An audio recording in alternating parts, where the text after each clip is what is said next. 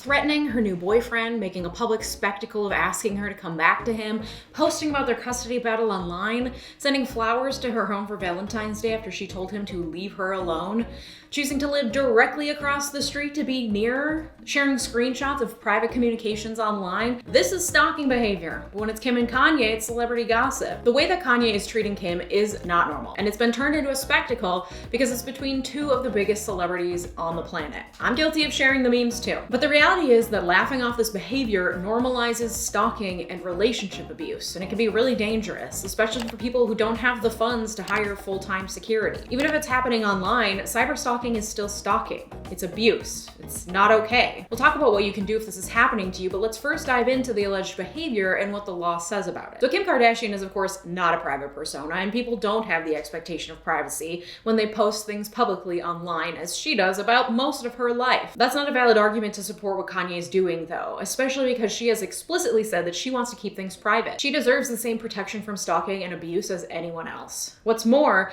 normalizing Kanye's behavior, laughing it off, treating it like another celebrity spectacle, normalizes behavior that has been seen as boys just being boys for decades. We've accepted, hell, we've even taught men that refusing to take no for an answer after a woman has turned them down and aggressively pursuing women who have explicitly said no is cute and romantic, and it shows that the man is serious about her, when in fact, it is manipulative, okay? It quickly turns to emotional abuse in the form of gaslighting when the woman continues to refuse the man, who can then flip the script and call her the bad guy, and he's just being a nice guy and thoughtful, and why are you such a frigid bitch? Or it wears her down to the point of just letting him in to stop the behavior.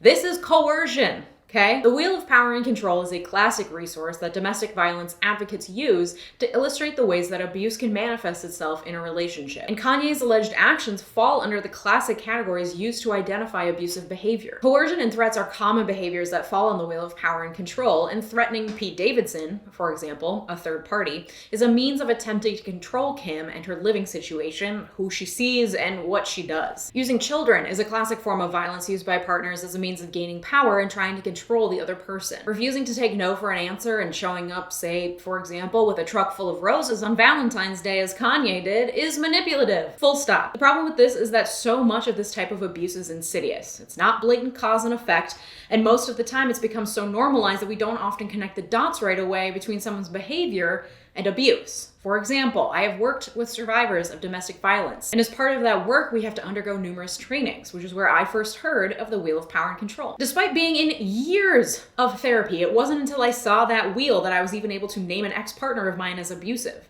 It's so hard to identify it while it's happening, even if it's traumatic and you know that something's wrong. Especially as women, we tend to write off our own experiences as just a bad situation or something we voluntarily got ourselves into, so it doesn't matter. And the law helps us to further write off our own experiences. You see, the law requires explicit evidence, cause and effect, a smoking gun. When it comes to relationship violence, the law is still exceptionally black and white, and it very often does little for people experiencing relationship abuse, especially when that abuse occurs online and doesn't lead to actual injuries or involve explicit death threats. Under California law, Kim could probably pretty easily get a restraining order against Kanye at this point based on this alleged behavior. I don't know the background of what's going on or what's happening behind closed doors, so this is something for Kim and her lawyers to discuss. But California Family Code Section 6320 allows courts to issue restraining orders against someone who is disturbing the peace of another party, which includes conduct that, based on the totality of the circumstances, destroys the mental or emotional calm of the other party. This conduct may be committed directly or indirectly through the use of a third party,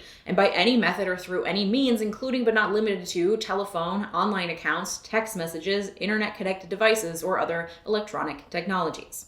This conduct includes, but is not limited to, coercive control, which is a pattern of behavior that in purpose or effect unreasonably interferes with a person's free will and personal liberty. Getting this type of order from a court would give Kim more ability to report any contact that Kanye makes in the future, because getting the order is basically a judicial recognition of his problematic pattern of behavior. However, domestic violence advocates and some reporters have begun pointing out the extremely problematic behavior that Kanye is exhibiting as following a recognizable pattern related to stalking that they've seen play out time and again in their work. The problem is that the law likely doesn't recognize Kanye's behavior as rising to the level of stalking. California's criminal stalking statute defines stalking as any person who willfully, maliciously, and repeatedly follows or willfully and maliciously harasses another person and who makes a credible threat with the intent to place that person in reasonable fear for his or her safety or the safety of his or her immediate family. We don't know how Kim is feeling. We don't know what's happening behind closed doors, but that is a lofty standard, and it's questionable whether it applies here. And cops can write off this behavior as not really rising to the level of stalking or threatening, so they don't have probable cause to do anything. Because we've normalized stalking to the point that out of the ordinary behavior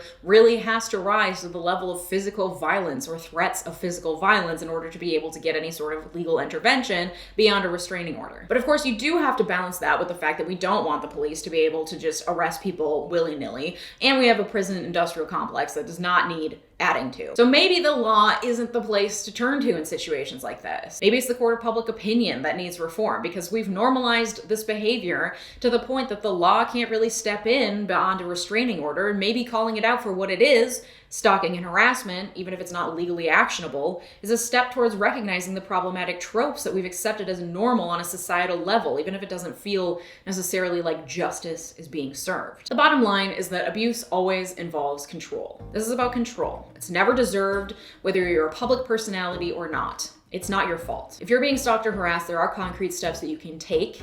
You can call the National Abuse Hotline at 1-800-799-SAFE. This video is a fundraiser for that organization, so consider donating if you can. Do not engage with the person. Instead, take screenshots and collect all of the evidence you can about the behavior, no matter what form it takes. Tell your trusted friends and family about what's happening, both for your own emotional support and for your safety. Change your passwords, set up two-factor authentication, block the person on social media. If you're afraid for your safety, call the cops and find a lawyer. That list, along with so much more information, is available at 𝗬𝗦𝗥𝗡𝗡𝗦.com. This isn't sponsored or anything. I'm just endlessly inspired by the work that Kerry Goldberg and her firm does, especially with regards to online harassment and stalking. I've linked them down below. And most importantly, don't blame yourself.